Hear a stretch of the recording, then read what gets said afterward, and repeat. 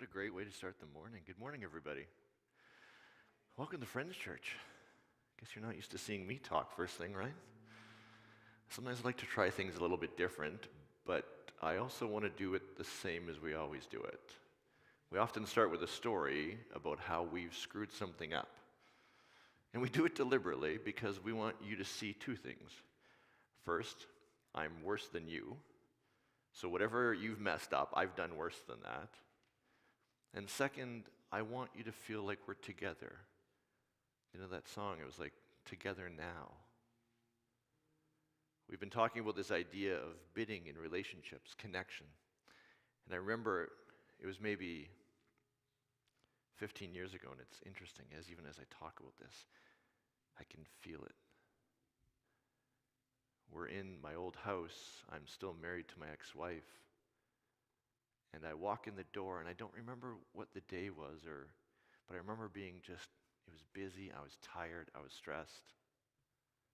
And I remember her coming up in front of the TV and walking towards me, and she started to tell me the story of something she saw on Oprah that day.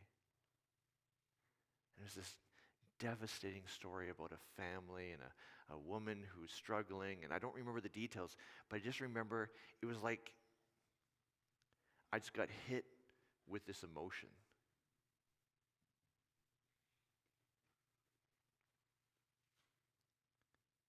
And it was like this was the 5th day in a row we'd done this dance.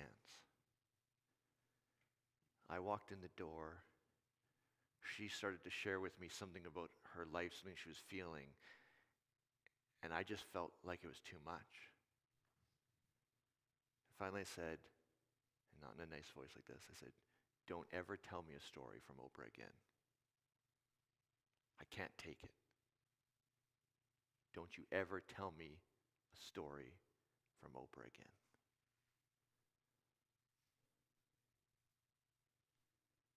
And this moment you feel right now is amplified like 100 times. She stopped. And then she kind of collapsed. Not physically, but like between us, collapsed.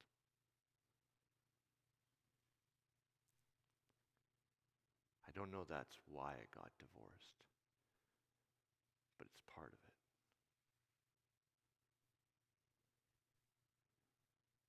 As I tell the story, chances are you're feeling your moments like that. Someone you love comes to you and wants to share something with you, something that's important, something that they're excited about, they're upset about, I don't know. And you turn against them and say, "Don't you ever do that. Calm yourself down. Go to your room. I don't want to hear that shit." Or you just turn away. I don't want to feel that. And we look into the eyes of the people that we love and we care about and we actually want to connect with, and we see the hurt of what we just did. We see the pain that we've caused. And suddenly I'm going, why did I do that? Why do we do that? I said in the blurb, it kind of feels like we're possessed. Why would I yell at someone I love? Why would I demand that somebody never do something again to somebody that I want to create connection with? Why do we do these things? Today I want to try and explore part of the reason why, and then to show you how to fix it. So the people that we love, the people we want to connect with, the people we want to be in relationship, look at us not with that hurt feeling that my ex-wife felt, but with openness and connection and love. That's where we're going to go today, but we're going to take kind of a journey to get there. Now, if you weren't here last week, Jeff did a fantastic job of talking about how relationship connection is built. It's not because we're similar to the people that we're in relationship with. John Gottman, in his fantastic book, The Relationship Cure, tells us that there's little moments.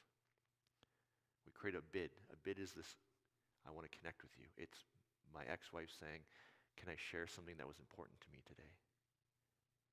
I heard this story on Oprah and it touched me. Can I share that with you? That's a bid. And relationships live or die on how we respond to those bids. We can turn towards. Actually, I'll give you a better example. We've all seen kids playing on playgrounds, on slides, with their parents sitting there, right? Kid gets to the top of the slide. Mom, Dad, look at me, look at me, look at me. And then they slide down the slide, right? The bid is, Mom, Dad, look at me, look at me. It's a moment where correct connection can be made. And you have three options, generally. You can turn towards them. Oh, Johnny, look at you. You slid down the slide. Like that's some big thing. I don't know. I'm not a parent, can you tell? After the 30th time of the kid sliding down the slide, does it not get it? Anyways, we'll talk about that later. Turning towards is going, oh, wow, that's amazing. Oh, that's so sad. Oh, I'm hearing you. It's the turning towards and the connection with the bid. That's what we should do to create connection. And it happens in intimate relationships with your kids, with your family, with your colleagues, with your friends, your neighbors. Someone says of offense, hey, Joe. We just kind of walk away. It's called turning away from a bid. It disconnects us. This kid saying, Mom, Dad, look at me on the slide. Give me a second. I'm just on my phone here. It's turning away. It breaks connection. The other one is turning against. That's what I did. Don't you ever tell me a sad story from Oprah again. There's a bid, and I come at them through that bid. Don't you know how busy I am? Mom, Dad, look at me on the slide. We're talking here. What does the kid do?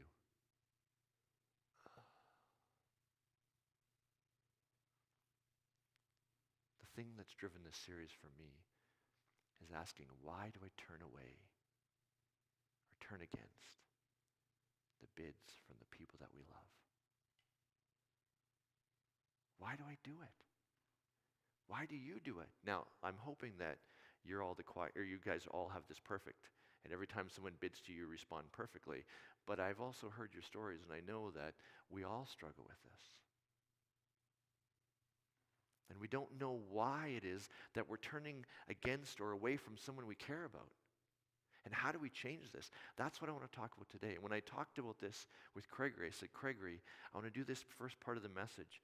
Do you have a song that talks about this? He's like, oh man, I got this incredible song. I've been working through it. It's hit me personally. It's connected me to some friends that have gone through tragedy. So I've been listening to it on repeat. It has this amazing line where sons and daughters feel their worth. And I'm right back in that slide moment going, how do we help connect to the people we love so they feel their worth? It says there's tremendous joy in the streets. This joy of connection, of bidding and turning towards the bid and bidding and turning towards the bid. That's the journey we're going to go on today. But I want you guys to sit in the disconnection, in the moments where you mishandled the bid, where you turned against or turned away. And as this song happens, just sit with that for a few minutes, can you? Wow.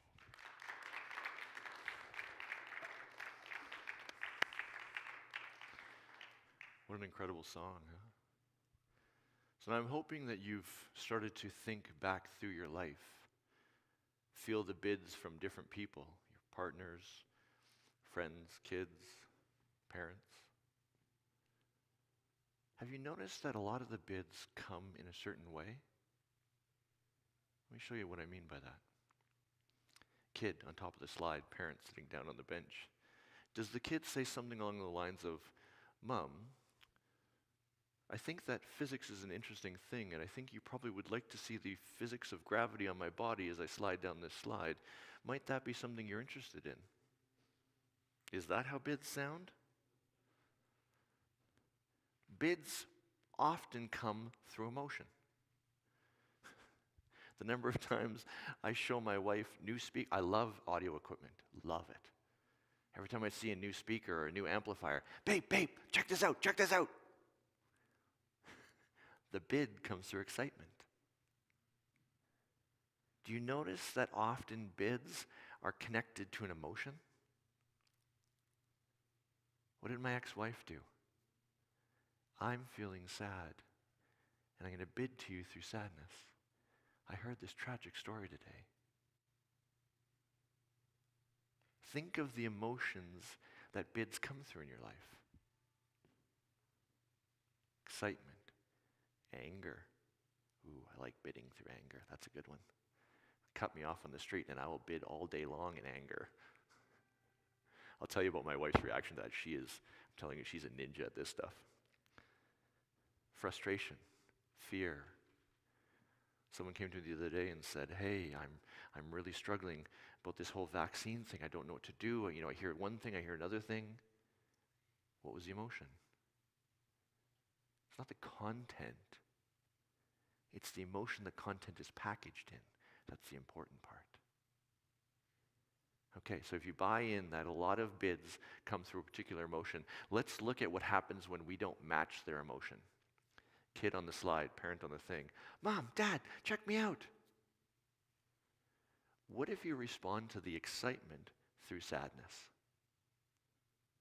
Oh, I guess, but probably we're all going to die anyways. What happens to that kid's energy?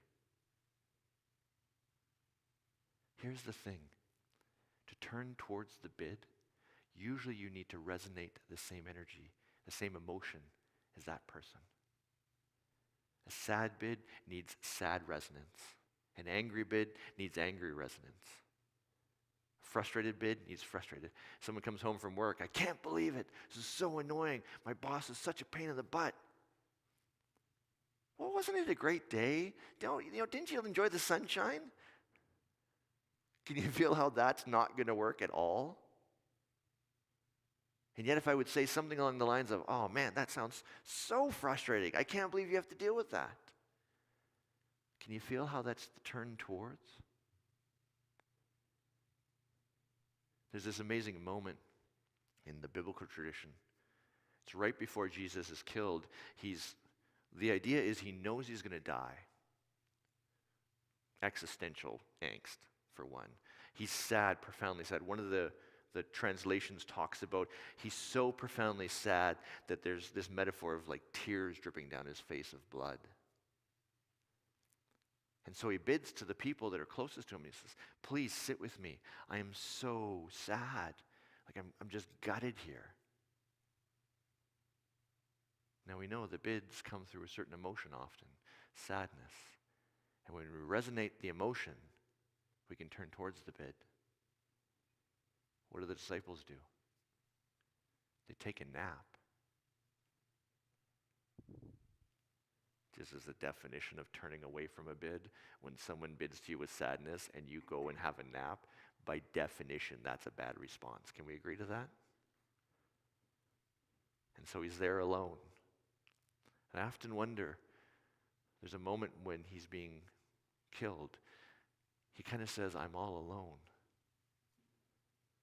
And there's this big theological explanation for that. But I wonder how much of it was somebody who bid for connection at the end of his life, and his three closest friends turned away from him.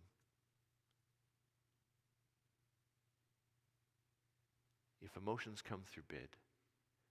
bids come through emotions, and when we resonate the same emotion, we turn towards the bid, then the question becomes for me, and probably for you, is what emotions do you not prefer bids to come through? I was talking to my brother about this. I said, you can bid through anger. And you could just tell, he was like, no, you can't. Anger's not good. Well, in our family, it wasn't good. And you could tell that what we grew up with, anger is bad, because we came from a whole tradition that anger was bad because our grandfather mishandled his anger all through his life.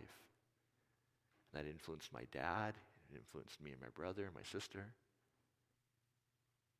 You see, what we've learned is certain emotions we don't prefer, we don't like. I didn't like sadness. In fact, if I'm honest, times in my life, I've hated sadness. I will do anything to avoid being sad. I will turn on pop music to not feel sad. I will go for a run to not feel sad.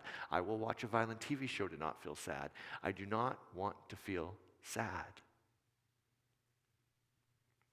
So go back to the story I started with. My ex-wife bids to me through sadness. And I don't want to feel sadness. What do I do? What do you do? Can you feel it now? The different emotions that bids come through that you don't prefer? If you grew up, anger is bad, and a bid coming through anger, you're not going to like that. Why don't you calm yourself down before we talk about this? If you're profoundly connected to your sadness and someone bids through excitement, right? Can you just see the parent who's had this profound sad moment and they're lost in their sadness? The kids on top of the slide, Mom, Dad, look at me. They're bidding with excitement. But the parent's going, I'm in my sadness. How?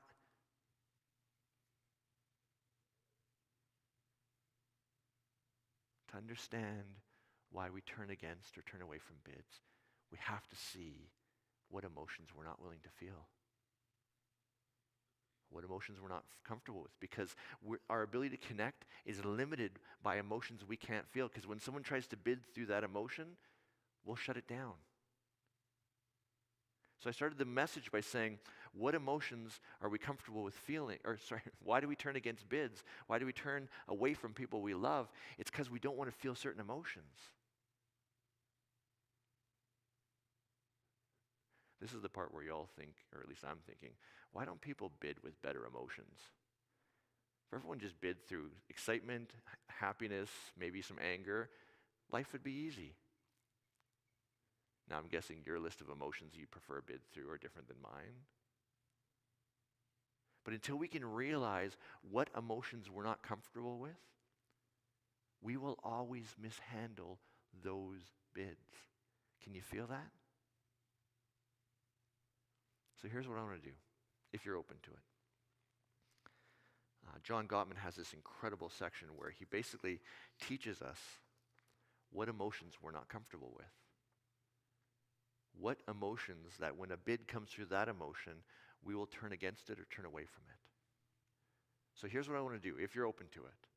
I want to go through a list of questions where you're going to do a self-analysis of what emotions you like and what emotions you don't like. Chances are, you probably don't know this because I didn't know this. It felt so natural to me. I was just living my life until I got a divorce because probably I was not connected to this. And I started to study this. So, if you're all open to it, we're going to go through a bunch of emotions. The ones that feel icky, those are the ones we want to focus on because those are the ones that are problematic. Okay? So here's what I want you to do. We're going to count our answers. If you agree with something, it's a positive one. If you feel neutral about something, it's a 0. If you feel negative about something, you disagree with the statement, it's a negative 1. Now, some of us are not math elites here, so let me give you a pro tip. Positive is finger up, negative is finger down. So if the first question I ask you, you say, I disagree, you count -1. The second question I ask you is also negative, you go -2. Now, if the next question I ask you, you're positive about, -2 subtract 1 is -1. You guys are all like, oh, geez, we're back to grade 6 math. Right? Another positive, 0, and then we start counting 1, 2, 3. I'll keep my fingers up. Feel free to keep your fingers up. I will not look. I will not memorize your answers. Maybe keep them underneath your... But what we want to do is we want to figure out what emotions we're not comfortable with. Okay, remember, agree, positive, disagree, negative, neutral, it's just a 0. Got it? My parents often showed me that they were proud of me. Let me read it once more. My parents often showed me that they were proud of me. When I was growing up, my family always attended the important events in which I participated. My parents helped me to feel proud of myself.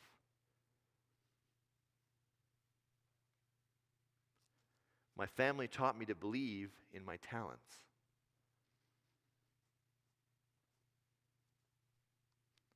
I learned from my past to feel good about what I've accomplished. Let me say that once more. I learned from my past to feel good about what I accomplished. I learned from my parents that mastery is all about believing in yourself. My family taught me that if I'm failing at something, it usually has very little to do with bad luck. Let me read that one again. My family taught me that if I'm failing at something, it usually has very little to do with bad luck. My past history makes it easy for me to feel proud of the achievements close to me. I easily express my pleasure in the achievement of others. Now, without me looking at your numbers, if you scored below a 2.5 on the positive side, chances are pride is one you struggle with. If someone bids to you by saying, check out what I did, that won't feel good to you. It's not because of anything you did wrong. It's a legacy of your history of growing up, your trauma, how your family dealt with things, coping strategies. There's a million reasons for this. We're not judging them. What we want to see is when someone bids through pride, I feel a little squeamish. And so instead of turning towards the bid, I'll turn away or against. Can you feel how this works? This, if you scored below 2.5, this is an emotional deficit for you. And we're going to come back at the end and talk about how you deal with that. Okay, next one, reset to 0. Got it? We're back to 0. I agree, positive. I disagree, negative. Feel free to count on your fingers. I will. When I was growing up, there was a lot of affection shown at home. Can I put 2 on one? Is that legal? I'll be legal. So that was a -1 for my family. My parents often showed me that they loved me. As a child, I felt really accepted by most of my peers. My family touched, hugged, and kissed one another a lot. I came from a very emotionally expressive family. Again, can I have a -2, please? My parents often said, I love you to me when I was a child. Let me say that one again. My parents often said, I love you to me when I was a child. I feel comfortable expressing affection to those I care about. From their actions, I always knew I was important to my parents. As a child, my preferences and interests really mattered to my parents. My parents responded to my emotions when I was growing up. I felt comfortable receiving affection from those I care about. It's easy for me to say I love you when I feel it.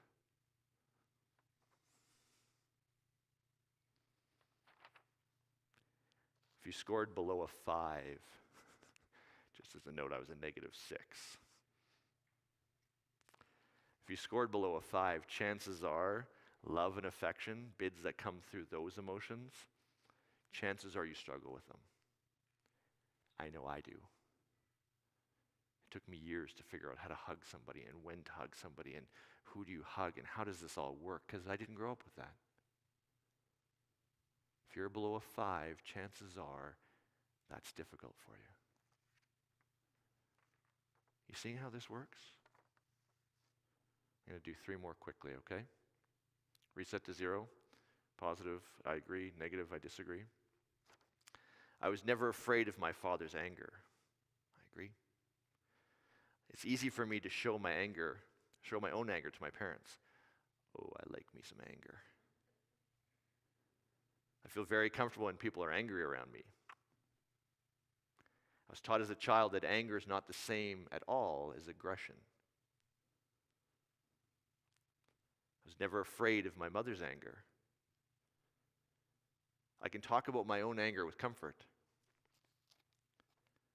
My family generally believed that anger was a constructive emotion. I never tried to avoid becoming angry. Most people can tell when I'm angry. Like another 2-1. I never keep my anger suppressed until I eventually blow up. I never feel that my anger is out of control. Ooh, actually, that's the lie. Let me take one away from that, because sometimes it gets a bit much. I've learned from my past that expressing anger is like throwing gasoline on an open flame. If you're below a 3, chances are anger's a hard one for you. Think about that. When the bid comes through anger, chances are you don't know what to do with it. It doesn't feel good. You want to make it stop. You want to turn it away. You want to shut it down. You roll your eyes. You humph. You say, calm down. But anger's not bad. But if we have an emotional deficit around anger, can you feel it? There's one on sadness here. That's the last one I'm going to do, just because I want you to see my number. Okay, remember, reset to 0. I agree is a positive 1. I disagree, negative 1. Got it? I keep my sadness to myself. Hells yes. My past experiences taught me that letting myself be sad is a waste of time. Hells yes. I'm rarely sad. My family taught me that feeling sadness was cowardly. That I would say no. I learned as a child that expressing sadness just brought everyone else down. I try to quickly get over being sad. I'm impatient with other people's sad moods. When as a child, my loneliness wasn't noticed by my parents. No one can tell when I'm sad. I've learned through experience that there's very little point in talking to others when I'm downhearted. I hate being around sad people. That's a 9, by the way, for Vince. What was your number? Chances are, if you're above a 2, you struggle with sadness too. Now you understand why when my wife, and now ex-wife, bid through sadness, I'm a 9 against sadness. I armor myself against sadness. Can you see how your emotional deficits, can you see how my emotional deficits cause us to mishandle bids from people we love? That's why we're talking about this today. What are your emotional deficits? And who have you hurt because of those emotional deficits?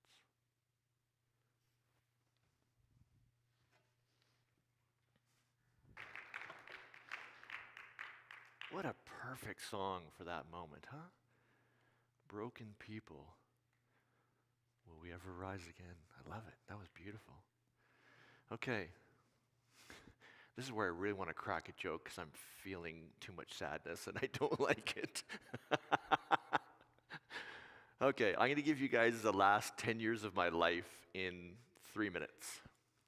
So we know that I started off by sucking at this. And when I say sucking, I mean like really sucking. And I paid for it. Divorce, lost friendships, lost connection, you name it. And I know well, let's just say, maybe all of you guys are perfect at this and you're just like killing it with everybody and turning towards every bid, but chances are some of you, possibly in small moments, have a little Vince in you and you're duff in this. So I'm going to teach you guys how to turn towards bids in emotions that you don't like so that the people you love, the people you want to connect with, you can actually do it. So some of this is going to be really simple for you because you're good at this. For me, I had to learn this. First thing you got to learn to do, see the emotion accurately. I know it seems stupid, but you got to do it. And if there's an emotion, if we did that list, if you were like me with sadness and you had what was I at, like a 9 or something? I remember when I first started doing this kind of training, whenever I saw a sad face, I assumed that they were angry. They're like, what's the person feeling? Anger. Every time, it's anger. I thought my ex-wife was angry a lot. She actually struggled with depression. What do you think she was feeling? You got to be able to see this. If someone's ever said you're a cold fish, probably you don't see it. Someone ever said your face, your affect is flat, you don't have a lot of expressiveness in your face, chances are you're missing some of these emotions. Can you throw up the image for me, Kevin? Paul Ekman, the guy I studied with, says there's 7 universal emotions. So here's what I want you to do. I'm going to point to them and I want you to call out what the person's feeling. This isn't this is an actor, so it's not real examples, but they're pretty good. Let's start at the top left. What's she feeling on the top left? Nice, that's an easy one, right? Next one, going clockwise, top middle. Again, I would have said mad in the past because, of course, that's what mad people look like, right? Next one over. Contempt. Interesting, huh? Okay, the one that's kind of on its own right here. Nice. Okay, coming down to the bottom. Yeah. Next one over. Sorry, what was that? Oh, disgusted. Someone's good. Well done. Last one.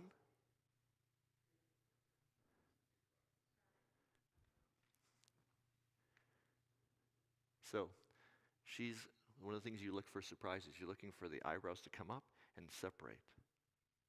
She's surprised.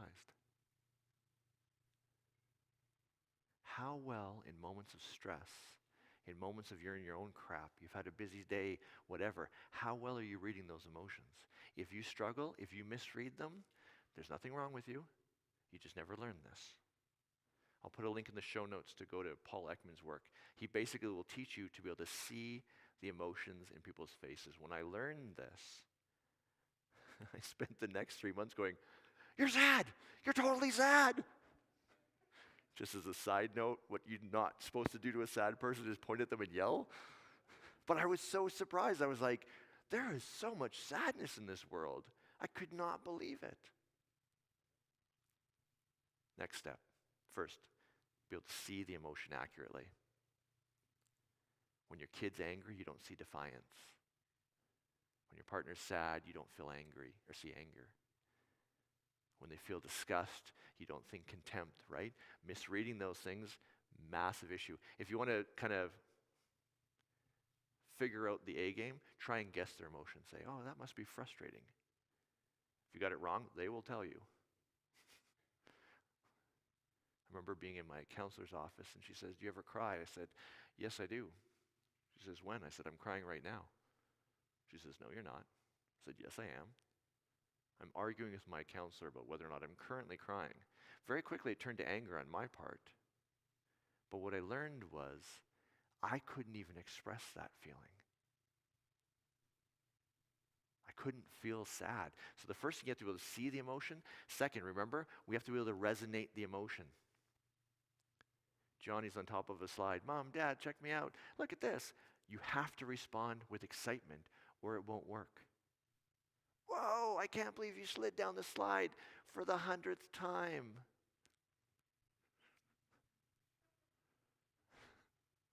You got to be able to feel the emotion. And this is where our emotional deficits take us out. Because the emotion you don't like, the one that you got really bad scores on, you won't want to feel. I was talking with someone just before this service. We were talking about someone bidding with sadness. He's like, well, I can't feel that. I'll never get out of that. If I get angry, I'll destroy something. If I get this, right? We don't want to feel it, but the only way to turn towards a bid is to resonate the emotion. You got to feel what they're feeling. Jesus, I'm sad to the point of death. What did he need his friends to do? Dude, I am so sorry.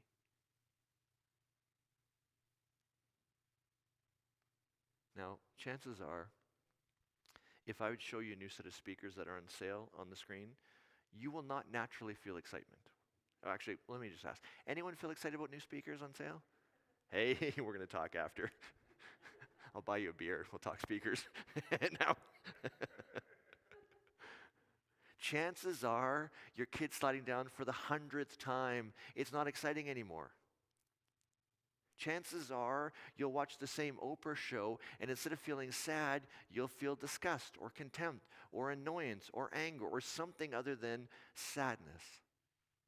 So how do you resonate emotion in that moment? Here's how you do it. Again, at the beginning, you think of something that has the right emotion. Have you ever guys noticed whenever I tell a story about my mom, I get really sad and emotional? I'm a pretty cold fish most of the time. But man, I talk about my mom, oh, I can even feel it right now. And I do this. I always step back with one foot, I can always tell. That was the first major loss I experienced after I started being able to feel sadness. And I hold on to that sadness so tight. Because when someone bids to me with sadness, I know my initial reaction is to try and turn them away from it. Instead, what I do is I think for a second about my mom. And from that sadness, I say, I am so sorry. I resonate sadness with them. I can't hold it for very long. I can already feel I don't want to feel it right now. I'm like, stop. You find something that gets you to the right emotion, and you feel it with them. I want to tell you, my wife is like the bloody rock star of this. So I bid with anger in the car all the time. I like to explain to drivers outside of me what they should and shouldn't be doing while they're driving in a very loud voice. If you turn against that bid, I will take that anger and suppress it, and it's going to come out really badly. Really badly. So here's me. Screw you for good. And there's my wife, hair done to the nines, looking like $1 million, like 6-inch heels. She's screaming out the window at them with me. I love this woman. I am just like, in a millisecond, I am howling. Why? She reads the emotion that she doesn't like. When she took this, anger in her was like, ay, but she knows. And she finds anger inside of herself and resonates it with me. And I'm telling you, folks, it is the most beautiful thing in the history of the world. If you have someone in your life with road rage and you're driving with them, it's a bid. Get angry with them. Yell and scream at the person. You'll connect. It's turning towards. It's resonating the emotion. Third step, if you want to be ninja level at this, learn to hold the emotion longer or deeper. You saw with me with sadness, I right away want to pull out of it, right? I don't like sadness. I can hold it for like a couple minutes and then I'm out. Go deeper, longer. This is how we create that connection. This is how we turn towards bids that come in emotions that we don't like, that are where our emotional deficits are.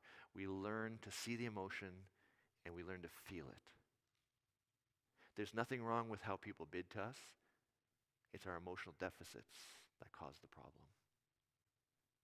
And if you're willing to do this work, you will build connection with people you love. And isn't that what we're about?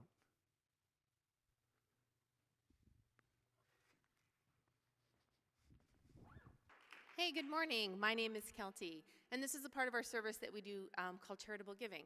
Before the service, I was chatting with Vince. I said, okay, we're doing this a little differently today. Music, message, music, message. How do you want me to hit charitable giving? Because it's going to be kind of like a big, like, left turn. So I was sitting back there listening to Vince talk, and I was thinking, okay, well, maybe I can go and say, well, now that you've got all these emotions, you're kind of working through them, I'm going to give you a little break. And we're going to talk about something that's got no emotion attached to it, which is money, right? As if. Money, politics, the one that carries all the gamut, all those 7 emotions that you saw on the screen, I'm sure carries with it there. So instead, I'll turn it to generosity, and thank you for your generosity. It is through your generosity that Friends Church is able to bring you these kinds of messages, this kind of music, these kinds of Sundays, and all the days when you leave here and take these messages home with you so that you can build a better world for you and the people around you. And it is really only through your generosity that we are able to do that. There's a few ways that you can give to Friends Church. One is through PAG, which is pre-authorized giving. So monthly, you'll just set an amount, and we'll just sneak into your bank account and take that amount every month. Also, if you want to give a one-time gift, that is great too. You can do that through the app, or you can do that through, there's some envelopes at the back. If you're old school and still carry checks or have a credit card, you can give it to us that way too. We will take your generosity no matter how you want to give it. I will now let Vince take you back on the road and finish this message out, but thank you very much for your time this morning. That was actually pretty good, you know? It's not a bad segue. Thanks, Kelty. You know, what she said was true. Friends Church exists to inspire you and inspire me to live a better life, to inspire the world around me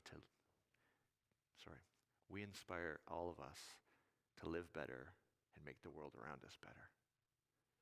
That's what we're here for. I love that the last song that they did. I believe in something. I believe in us. I believe in our ability to feel the emotions that we've never wanted to feel because of trauma or past, whatever, I don't care. To be able to turn towards the people that we love, that we care about, that we want to connect with. See their emotion. Feel it with them. And if we want to go ninja level, hold it longer and deeper. That's how we turn towards the people we love. That's how we make them feel the joy that that second song talked about. Where sons and daughters feel their worth and tremendous joy is through the streets. That's the influence I want all of us to be today. Probably more than you, I want to be that. Let's go out and turn towards the bids of the people we love. Amen. Have a great week, everyone.